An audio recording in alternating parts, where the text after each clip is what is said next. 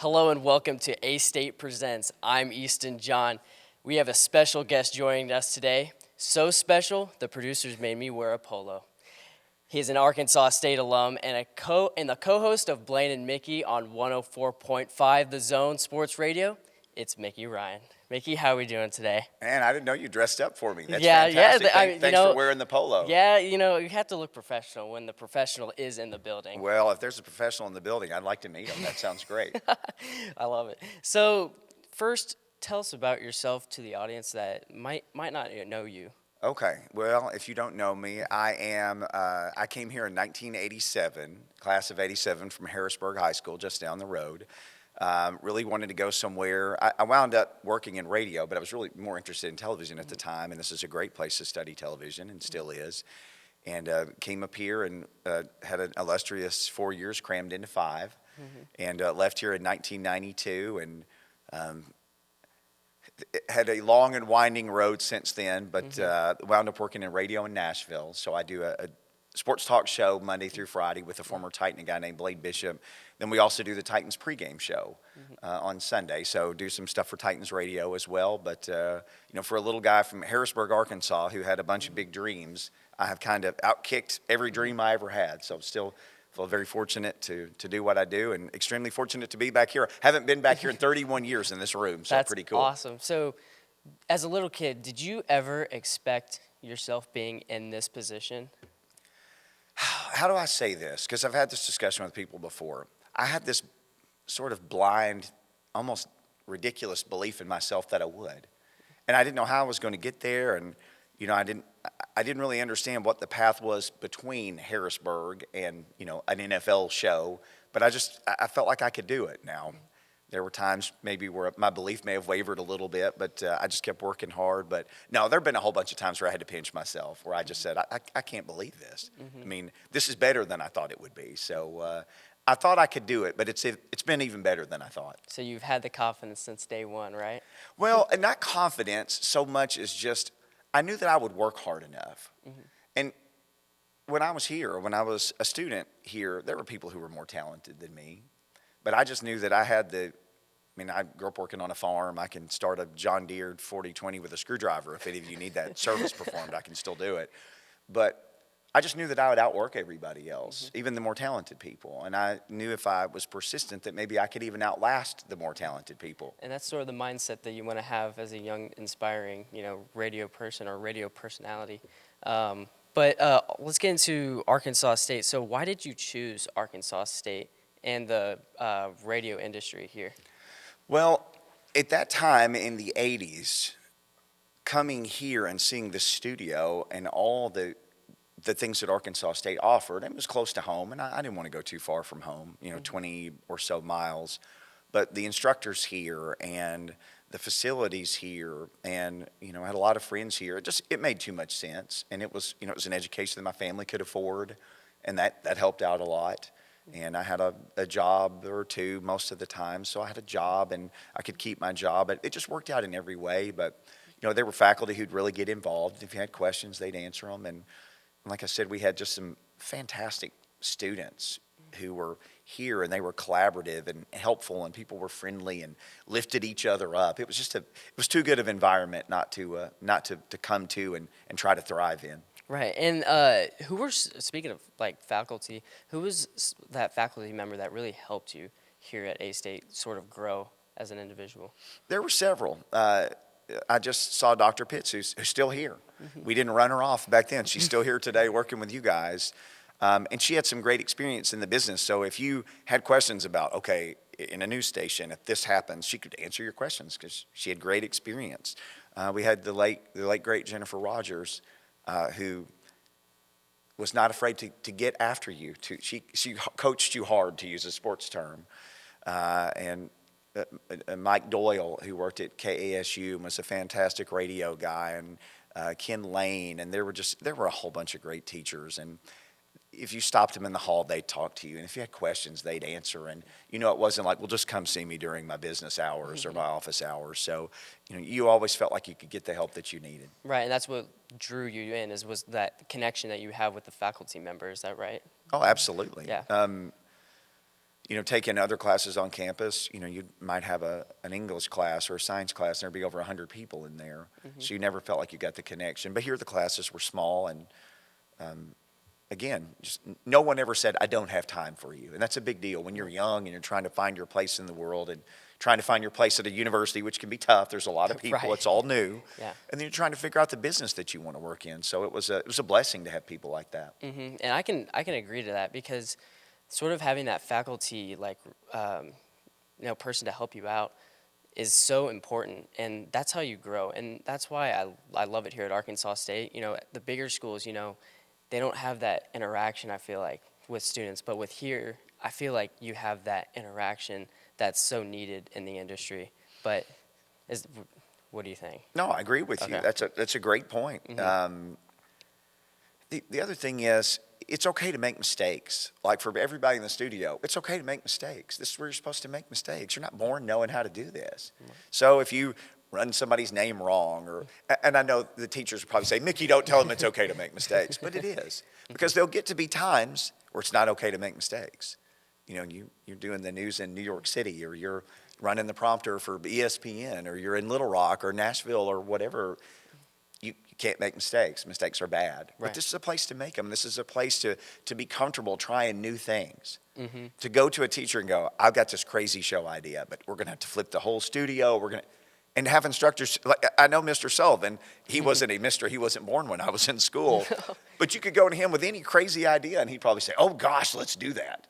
That's a great thing to have. What an asset to have. Right, exactly. And then mistakes, it's how you learn from those mistakes as well, and how you bounce back, and if you learn from it, that's considered a win in my book, to be honest with you. So that's what it's all about. Right. To have the ability to grow and to learn from your mistakes, and to get better, to improve on things as you go. But that's what this is all about. So you leave here and you're prepared to go into the world and take that first job and the second job and on from there. Right. And speaking of improvements, the studio, how does it feel to be back in the studio, and what do you remember from that time whenever you were a student? I remember just being in here trying to set up the studio for shows with my friends. Those were great times. And the time in between shoots, and just sitting around talking about our day, and what we were working on and how things were going with boyfriends or girlfriends or things like that. So the personal friendships here really stand out the most. But also leaving here feeling like I was better. Leaving here after a project and feeling like I learned something that would help me later on, that was a big deal. So, I would want to challenge all of you guys. Challenge yourself. Come in one day and say, I want to do something I've never done before. I wasn't always good at that. There were only 2 or 3 things I really felt confident in. I was more of an in front of the camera than behind the scenes. But I wish I would have challenged myself more. No, show me how to do this. Let me learn better how to do this, because we live in an era now more than ever where the more you know, the better off you are. Right. The more jobs you can do, the better off you are. And so, coming out of school, what did you want to do? Or what career path did you want to take? I wanted to be a TV sports anchor, and I also wanted to be like a play-by-play guy. I had great interest in doing that. I did some for a little radio station here locally, which was at that time an AM gospel station. So it was like they were playing the Happy Goodmans and then me. So it was quite an interesting format of Mickey Ryan and old school Southern gospel. But it was a great experience. So I wanted to get into television, wanted to work in sports. Also had a really great interest at that time in doing live sports. Right, and so you had interest in sports, and that's what prompted you to get into A-Stat Athletics and being that associate, what was it called? I was the associate director of athletics for external relations. It looked awesome on a business card. Yeah, You should have seen it. Yeah. I bet. That's a cool title. And so talk to me a little about that and what you learned from that position.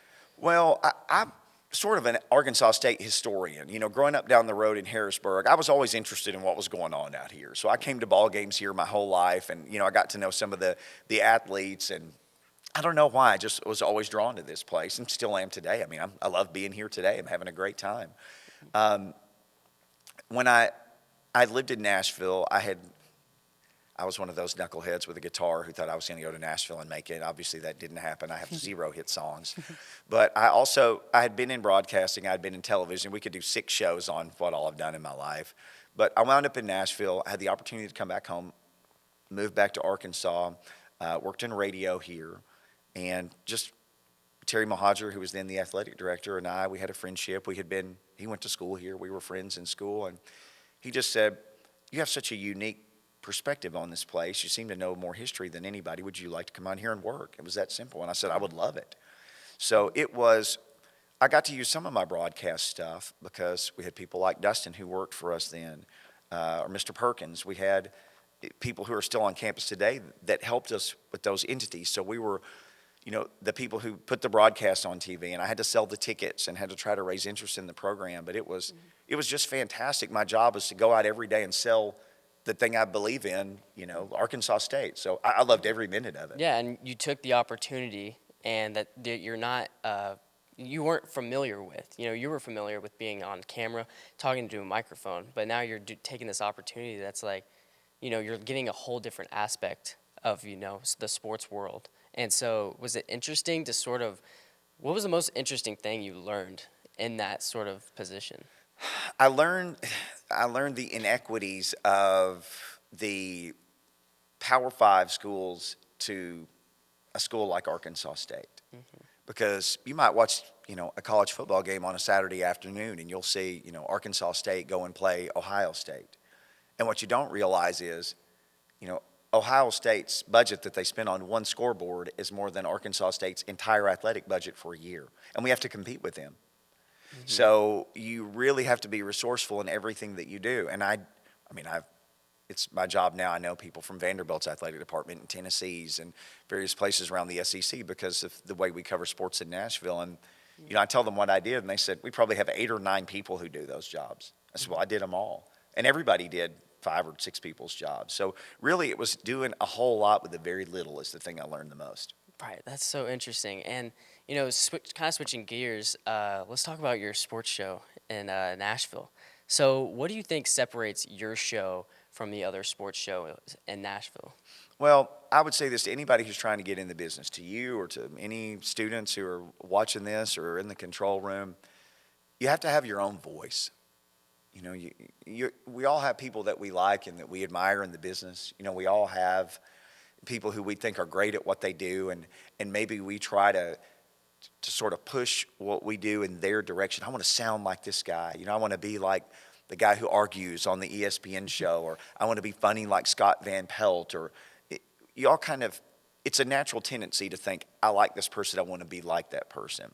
And so Blaine, who was a 10-year NFL player, he played 9 years for the Titans and 1 year for the Eagles. I know we got an Eagles fan in the house here. But he just has such a unique perspective. And he knows football and can explain football in ways that very few people can. He was an all-pro player. Mm-hmm. So a lot of what I do for football coverage is I ask him questions and I stay out of the way. Why was the Titans defense able to be so successful in the fourth quarter? Because I know he knows the answer. Now, if he asked me, how to play bass in a concert, I could tell him all about that because, I almost turned pro in that. But he knows football so well. So I know that I can get great football responses for our audience by asking him questions, and the questions don't even have to be that smart. He's so good. The other thing is this. There's a hot take world that we live in now. Everybody wants to have the scorchingest hot take. They want to say the most outrageous things that make people go to Twitter and click on 5 more things about it. And we're just not a hot take show. We tell you what's going on. We tell you what we see. We give our opinions, but we're not going on there every day just trying to eviscerate someone, some player who had a bad game or whatever. I'm really more of a storyteller than anything else. That's my thing. So you talked about my time as an associate director of athletics. So when we cover a college athletic story, Blaine will turn the tables. Okay, you've been in a room for a meeting like that. What goes on? So we have a great complementary relationship, and he has great respect for me and me for him. And we each have a lane, and he's great about pushing me into my lane and me pushing him into his. But you got to respect the people that you work with, and it helps if you like each other. It really helps, and we like each other, and we work great together. And our thing is this. Everybody's got problems, right? People are dealing with some terrible stuff. So for 2 hours a day, which is how long our show is, if you can turn on the radio and you can laugh a little bit and we can make you think a little bit, and we're seeing the same things you are. If the team's not playing well, and we're talking about it too. We're just trying to be a place where people can go for a couple hours a day to sort of forget their troubles and just hang out with their buddies. Right, and that's what sports radio is all about. Having that escape and just distracting your mind from something that's stressful, that's going on, and you being that personality is really helping people out there. So basically, you and Blaine are like Dwayne Wade and LeBron James. You're throwing up the alley-oop with the questions, and he's slam dunking it home, and he's hitting you with the stats and the facts and all that. So is that right? Oh my gosh! All I have to do is throw it near the goal, and he slams it every time. So I always make sure to surround myself with people who are much smarter. So I did a good job with that when we found him. Right. And so, do you guys have like a memorable moment from doing your show? Oh my gosh, every day is memorable. I leave there every day and I have tears in my eyes because we've laughed so much. And there have been some days in Nashville where maybe there was a big news story. We had a school shooting in Nashville. And for that one day, we pivoted and we talked about our families and our kids, and we let people call in and vent and be frustrated. And this is a sports talk show. But we pivoted that day. And I know that's a dark moment, but we handled that in a way that was respectful and to try to get information out to people who were scared and people in the city. So that day stands out because it was a tough day for our city, and we wanted to be there for Nashville and for our listeners. But gosh, there are just so many times where we'll have a great guest on. Blaine has a really nice Rolodex, a bunch of former players. So to get to interview those guys and to get stories out of them, there was a player named Kevin Carter who played for the Florida Gators. He played for the Rams and the Titans. He played in the Super Bowl for the Rams against the Titans. And he told a story about the Titans' late quarterback, Steve McNair, that no one had ever heard. And McNair is no longer with us, the greatest Titans hero of all time. And Kevin told this unbelievable story about Steve. And I have goosebumps just thinking about it. So to have somebody on and to not ask them the same questions, to get them to tell a story that they've never told before, that's what we're supposed to be doing. We're supposed to be getting things out of people and having these moments that our listeners, that the people who count on us, that they can really wrap their arms around, that they can take something away from. And to me, that was a special moment that actually happened last week. So that one stands out. Wow. You said you got goosebumps. I got goosebumps kind of just listening to that. That's awesome. Because, what people don't understand is, you're not just a sports radio host. You are there for the community of Nashville, and you're there to tell a story, and you're there to, be there for the people. Do you sort of see yourself as that? If you don't see yourself as that, I don't know what you're doing. Because when I was here, and Dr. Pitts is somewhere in that control room in there, I was somebody, I was trying to figure out who I was. And I felt like I could do this. And I thought, well, people watch because they want to be entertained by my sports and, the things that I can say. And here's what you are. You're just a connector to people. You're supposed to be connecting people to each other and to you and to your co-host. And, your responsibility is to enlighten people, to educate people, to entertain people. But you have to have a connection to your community. You have to have a connection. So I don't think I realized it then so much as, I'll go to the grocery store, and when you're on radio, people don't necessarily know what you look like, but they know what you sound like. And, somebody will come up and say, we spent 12 days in the hospital with my daughter, and every day we had, the app up on our phone, and we listen, and you help us get through that. That means more to me than covering any Super Bowl or anything else. So if you truly connect with people, that's when you're doing your job. That's awesome. And so going back onto what you were saying about, helping people out, what would you say to the people that, are having a hard time finding themselves, in this industry? And because there's lots of students out there that don't know what they want to do. They're scared about going into the real world. So what would you have to say to those guys and girls? It's natural to be scared. It's natural to be nervous. I used to sit in your seat. I used to interview people who came in from the community, and I would be super nervous. Don't be nervous. Yes, I'm nervous. Don't be nervous. Don't be nervous. There's no reason to be nervous. Look, I want you to do great. They want you to do great. Anybody that you interview, and There are times we were sitting at the Super Bowl one year and they said, hey, you guys get Dan Marino. And I said, when? And they said, he's right there. So you talk about having to center yourself. I had to, okay. You have to tell yourself, he put his pants on one leg at a time just like you did. Sure, he's a Hall of Famer, but he wants this interview to go well. Just have a conversation with him.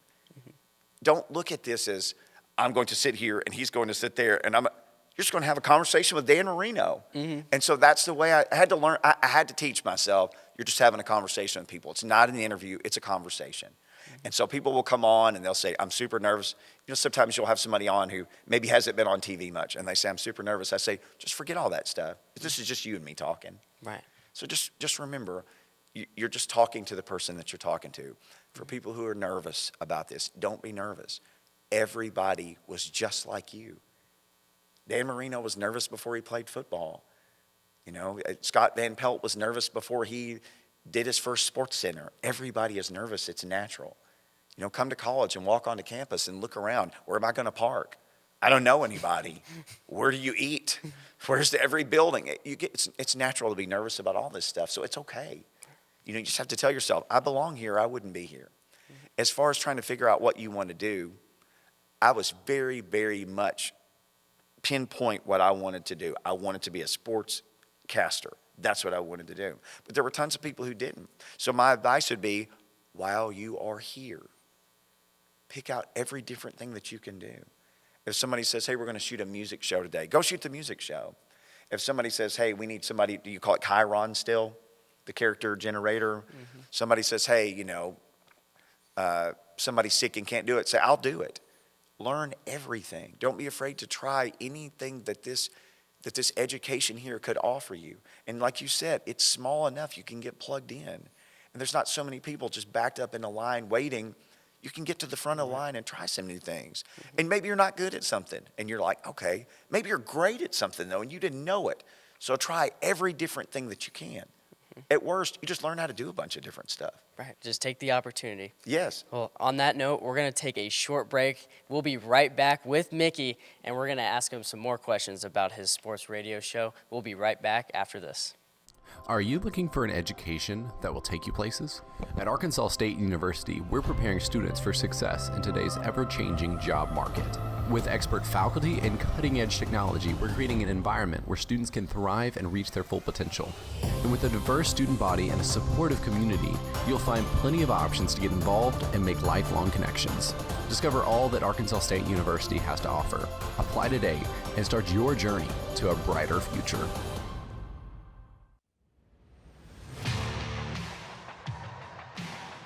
ASU-TV, covering all your favorite sports.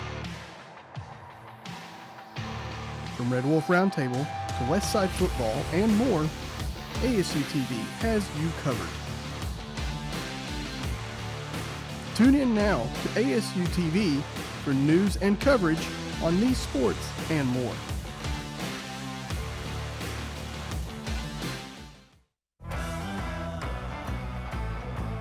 Here to deliver the latest news on A-State sports, ranging from football, basketball, baseball, and more.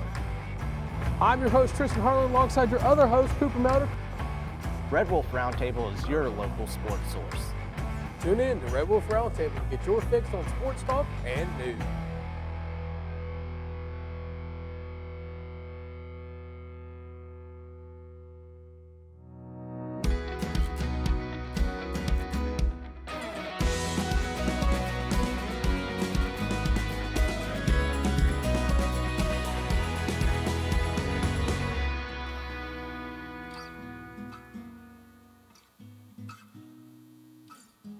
Hello and welcome back. My name is Easton John, joined with Mickey Ryan. Mickey, let's get right back into the questions. So can you give us some insight on the preparation it takes to make your show and make it go live on air? Well, it's funny. However long your show is, that's how long people think you work every day. So people are just convinced, if you're on the news, if you're a TV news anchor and the news takes 30 minutes, you only worked 30 minutes today. What a job. Well, you work a whole lot when you're not on the camera, or on your mic. For me, I'm just always preparing. And here's the best piece of advice I could give you, Easton, or anybody about prep is this. There used to be these things called water coolers before everybody brought their own. Once upon a time, you didn't carry a bottle of water everywhere you went. There used to be these big bottles of water called water coolers. Or before everybody had a thing of coffee they carried around, there was a coffee pot. So here's what I try to think of every day when I prepare the show. What are the people in an office at the water cooler or the coffee pot talking about the most? It's not what I'm most interested in. There are times where I'm super interested in some ridiculous, obscure sports story that only is interesting to me. Well, guess what? I'm not going to talk about it on the show. I'm not, because it's only interesting to me. I try to think about, if you guys were in here setting up this studio, what are you talking about in the sports world? That's what I want to talk about. I want to talk about what's interesting to you. Doesn't matter what's interesting to me, it's what's interesting to your audience. And so in a place like Nashville, I'll tell you what's interesting to people. It's football. The Titans, the NFL, the Vols, Tennessee Vols, the SEC, college football as a whole. That's our top 5 things. Our station paid for a survey to find this out. Titans, NFL, Vols, SEC, college football. Not hockey, not baseball. We talk a little bit of hockey because we have the Predators there, and it's a fantastic organization. We have a professional soccer team. We run their games. We talk a little bit about soccer. Mostly we talk about football because that's what Nashville's interested in. Know your audience. Talk about what's important to them. Yeah, so you just got to find those group of people. That's and, it. Yeah, just find the group of people and what they're talking about. So yeah, and that makes sense. I mean, if you're in Nashville, you're talking about the Titans. You're talking about the Vols that are doing pretty good right now in the college football world. Well, not so good last week, but yes, overall pretty yeah, good. well, this is a long season. Long season. Cameraman doing the gator chomp. So what challenges do you face as a radio host? This is a funny question. I don't consider anything a challenge. And that's a fantastic question. And some people would say, well, this is a challenge and trying to figure this. Look, they are challenges. But there are people in life who have real challenges. They have trouble getting up and getting out of bed every day. They're having trouble paying their bills. They're having trouble taking care of their family, or they got a sick relative, or there are just other things going on. There are no challenges.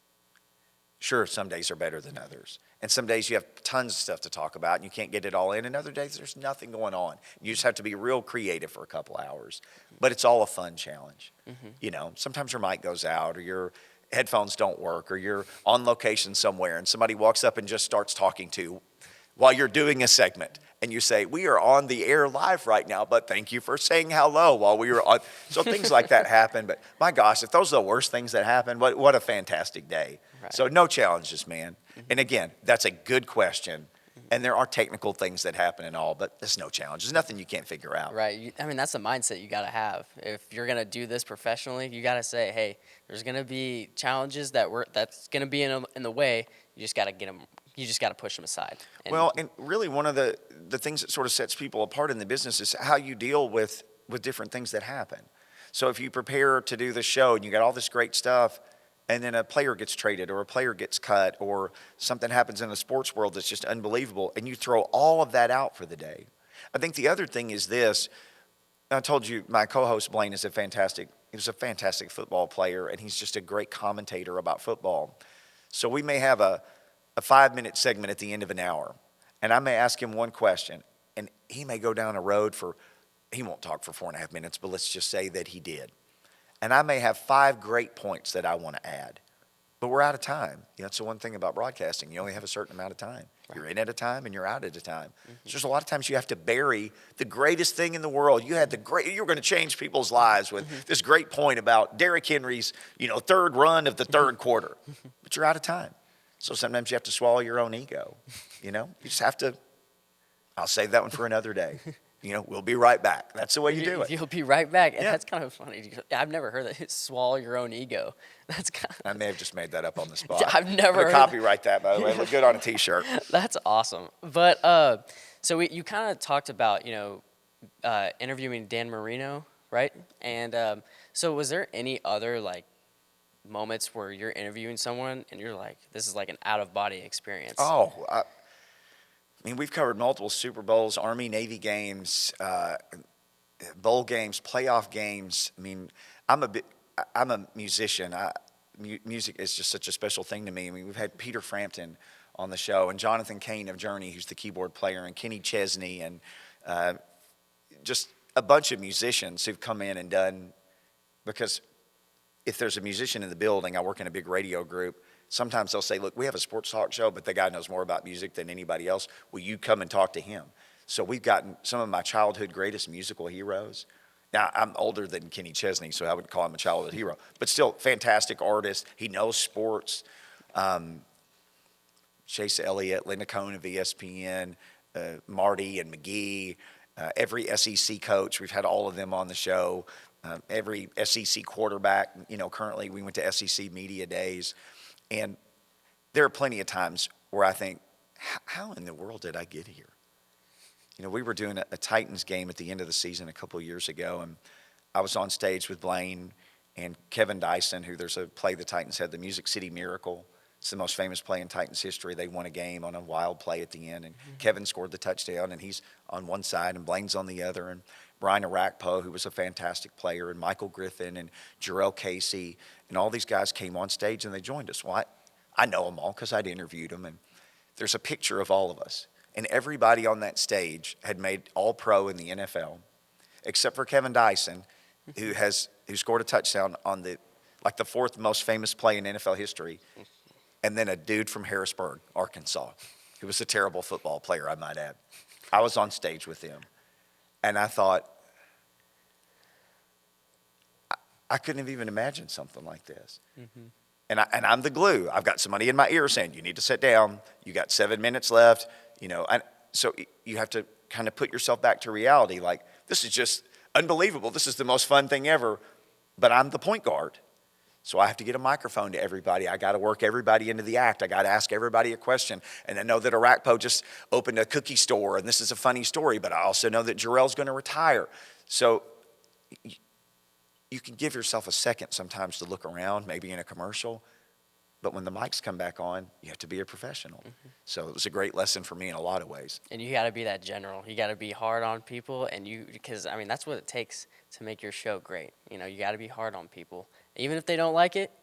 You got to push them a little bit. Well, you ever heard the saying "velvet hammer"? You know what that is? I've never. Well, sometimes you can kind of hammer your way through things, but you got to be soft too. You ever heard the saying, "You catch more what flies with honey than vinegar"? Yeah. You can be sweet to people instead of sour. So you can get a whole lot out of people, and you can get a lot of what you want out of people too by just the questions you ask and your demeanor and how you do those things. So you can be demanding, but you can also have to be too hard on people. Right. And so how do you engage with your audience? Do you go out on the road? Do you go to like tailgates, or what are some of the types of stuff that you do when you are on the road or interact with your audience? Well, anywhere we go, if they're Titans fans or Vols fans, if it's a UT related broadcast, we just try to find our people. So we'll go and we'll find the biggest table, the biggest tailgate. We'll invite people to be interactive with us on the show, which I think drives some of our bosses crazy. But we try to work people into the act, and we don't exist without them. Mm-hmm. You don't exist without the people who watch your show or listen to it. So if you ever lose sight of that, you're not long for this business. So if somebody comes to talk to us, like I said, if we're speaking and someone walks up to the table and wants to talk to us, we'll sign. Okay. Sign. You're nothing without those people. Right. In our business, the advertisers who pay your salary and the people who listen, who ultimately are the only reason you exist, we would do anything for them. So we really seek that out. We love interacting with people. Mm-hmm. That's awesome. Because it's you know what, you might get some colorful words in there sometimes, right? And you just can't prepare for it. But that's your audience. They're passionate, and they wanna have the spotlight, right? If you have passionate fans for the sports teams that you cover or for the station that you work for, that is the biggest blessing, because they are everything to you. So absolutely, the more passionate, the better. Bring it on. Right. And so radio has evolved significantly over the years. How do you see it in the future? How do you see radio developing? Well, I couldn't have even imagined, and oh gosh, especially with the digital age, you know? Well, I've told people this, and they laughed at me because it sounds like I'm talking about, the 1930s, not the upcoming 2030s. But I remember sitting in a class and studying. This isn't a radio question, but we were studying the future of television. And at that time, I thought for sure I was just going to be a television guy forever. So I took every TV class we offered. And they were talking about this signal that was as clear as if you were at the event you were watching. And they didn't have a name yet, high-def television. And I remember us sitting around there, and it felt like an episode of The Jetsons. Like, what else? Flying cars? Like, what? Like you're sitting there. Because if you go back now, if you guys see old TV footage, it looks like they're underwater. That's Right, the best yeah. focus you could get. And I remember them talking about high-def television, and it was several years, again, before that happened. So for radio, the fact that you can just pick this thing up and listen to any radio show in the world on the app, people now want everything instantly. I want to listen to Mad Dog in New York. Okay, I'm just going to pull it up and listen to it. Or I want to listen to Blaine and Mickey. So I think you need to continue to make your stuff as technologically accessible to people as you can. The other thing that I think people like more than ever is, and people always say, oh, people have changed. Well, people have never had a long attention span. And now short attention spans like mine are just rewarded. The more you can serve things to people up in little bites, people love that. They love to consume just, hey, here's the top stories today from Blaine and Mickey. Here's what we're talking about. The Titans need a big win in Cleveland. Can they run the ball against the Cleveland defense? They like these little sound bites and things. So if you can give things to people in these small bites, I think they really like that. And hooking them, basically. Oh gosh, in music or radio or anything, the hook is the thing. Yeah. Right, and if you got to get them, because it's like the first 3 seconds, that's like the attention span that people have. And if you don't get them, then they're just going to go watch somebody else. So having that hook is very important, I feel like. No, the hook is everything. Absolutely. You have to be mindful when your mic opens up. What are you going to say that gets people's attention? And it doesn't have to be outrageous. It just needs to be topical. Something topical that gets their attention. Right. And so, what as a radio show host, what motivates you? Getting up in the morning, and you're excited to get this radio produced to the people, and so like, what motivates you each morning to go to work? One is just how lucky I am. I'm just motivated by just how blessed I am, and I feel like I owe it. I owe it to God who blessed me, to honor Him with everything I have, to honor the opportunities I've been given. The other thing is I've never been motivated. I was trying to think back when I had all these feelings when I walked down the hallway in here today. There were a whole lot of positive people. And there were a lot of people who told me, you can do this. You can do this. You can make it. You can do this. And I always want to honor those people. I always want to honor the people. I'm not motivated by the person who says on Twitter, you stink, or I don't like your show. I'm not motivated by that at all. I don't even hear that. That's just noise. I'm motivated by the people who say, I love what you do. I can't wait to hear you every day. Or my next door neighbor in Harrisburg, Buster Condra, the late great Buster Condra, who told me, I believe in you. You can do anything. I believe in you. My parents who told me that, my friends who always supported me. So I'm just really motivated every day to prove those people right. And that's awesome. And so you talk about Twitter, and you get a lot of noise on Twitter. And so how do you sort of block that out? You can block people on Twitter. Oh, yeah, true. You can block people and mute them real easy on Twitter. So that's that's something you can do. But look, what's the old saying that the people who matter don't mind, and the people who mind don't matter? If people don't have something constructive for you, then why would you care about their feedback? If somebody just wants to say something awful to you, maybe they feel awful, and they just want you to feel like they do. I've tried to kill those people with kindness. Most of the time I'll respond and just say, hey, I appreciate that you listened to the show today. I hated what you guys talked about today. You guys, thank you for listening. Yeah. Well, really in the second hour of the show, I really thought you guys came into your, most of the time they'll respond with something nice. So I just try to kill people with kindness. That's awesome. That's the only thing you can do, right? Well, again, they don't know you. They don't know why you said what you said. It's just a guy. It's an egg on Twitter. It's not their real name. It doesn't matter. It doesn't matter. worry about the people who matter in your life and what they think, your listeners and your advertisers and your friends and your family. That doesn't matter what some anonymous knucklehead on Twitter says about you. Exactly. And so a couple questions here, and then we'll wrap it up here. But for the people that aren't familiar with your show, how do you stay tuned to your show? And tell us a little bit more on how people can watch you guys. 1045thezone.com, that's our radio station website. And we're anywhere you have podcasts, you can listen to the Blaine and Mickey show. And literally anywhere you consume podcasts, you can find us there. We have a 1045 The Zone app. You can listen there. You can watch live at YouTube or Facebook or Twitter every day. So there's just millions of ways to consume the Blaine and Mickey show. We're everywhere. Awesome. And so what advice do you have for the sports media field people out there? And students? Remember that the people you're talking about are people. Remember the people you are talking about are people. Remember the coach that you say, fire this bum. He has a family. The player that you say, oh gosh, they have got to cut this guy. He's got a family and friends. Mm-hmm. He sees social media too. He has a phone.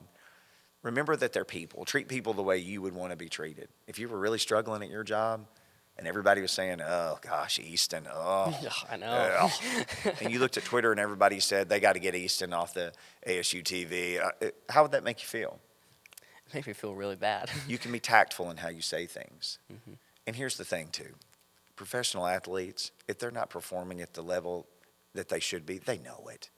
They know it. Just be tactful. Remember that you're covering people. That'll go a long, long ways. And I learned a long time ago, I don't say anything about somebody on the radio that I would not say to their face. So I need to do that. I need to follow that rule, because you can go, oh, that guy's a bum. That guy, oh, remember that dude? He was the worst shortstop the Red Wolves ever had. No, that's a real person. Mm-hmm. Would you say that if he was here? Right. If you wouldn't, then don't say it about him. Find a creative way to say it. Be creative. Mm-hmm. One of the best pieces of advice I ever got from a radio consultant, he said, basically, look at all the big stories of the day like a tree. What does a tree have? It has a trunk and it has branches, and then the branches spread out. Then each branch has individual branches and leaves on the end of the branches. He said, don't be the trunk of the tree. Everybody's talking about the same things. Find the branches and the sub-branches. Find the other interesting angles of the story. Find a different way to say things than the way that everybody else is saying it. So be different. Be different. Be different. Be different. Set yourself apart. And then so why should those students come to Arkansas State? Come to Arkansas State because this place is, I don't know, it feels like some hidden secret sometimes here in Northeast Arkansas. This place is the engine that drives Northeast Arkansas. And if you live in Northeast Arkansas, you don't realize that, I don't know what to tell you. Thousands of people get employed here. You have a vibrant community of these brilliant young people who come to school here like you and everybody in the studio. And you got art and you got music and you got people who are making scientific advancements and agriculture advancements, and you got ball games to go to with these student athletes who bust their butts to play ball and to go to school and to do all the things that they do. This is just such an amazing place. And for me, the more that I plugged myself in television, and the more that I plugged myself in on campus, and the more that I plugged myself into the community, I got 10 times more out than I ever put in. So I would say, if they're in Little Rock or they're in Kennett or they're wherever you may be watching, just come here and see what happens. Mr. Sullivan was the guy who had me in today. Come have a teacher like Mr. Sullivan. See if that doesn't change your life. Walk across the campus. It's a beautiful campus. This is an awesome place to spend 4 or 5 years, in my case, of your life. But you can get as good an education here as you can get anywhere, and you can afford it. And there's just no reason not to look into Arkansas State if you want to be successful, because there are a whole lot of people who've come from here, and they're from the same place that you are, and they've accomplished everything that you want to accomplish.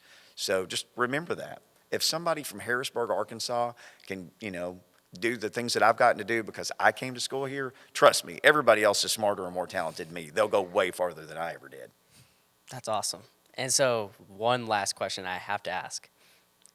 Was it a forward pass?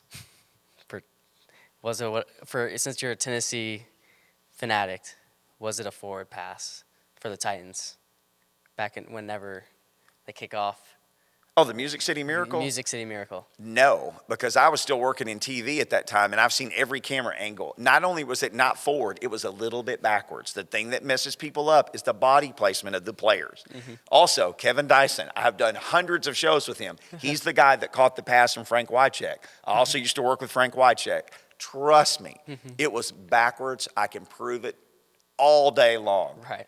Sorry. 100% legal. I had to ask. I'm sorry. I had to ask. And sorry I wasn't being Our whole clear. legacy of Titans and Titans radio is built on that play, 100%. Yes. And I wouldn't just say that. I would tell you with a wink if it wasn't. No, it was 100% a backwards pass.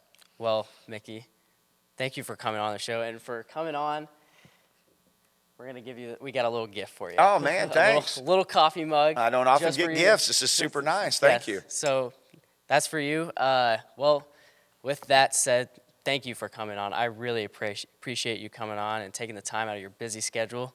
And yes, thank you for coming on, Mickey. I appreciate it. It was my honor to do it, and you guys have made my day by having me, so thank you. Awesome. Well, you've been watching A-State Presents. I'm Easton John, and we'll see you later.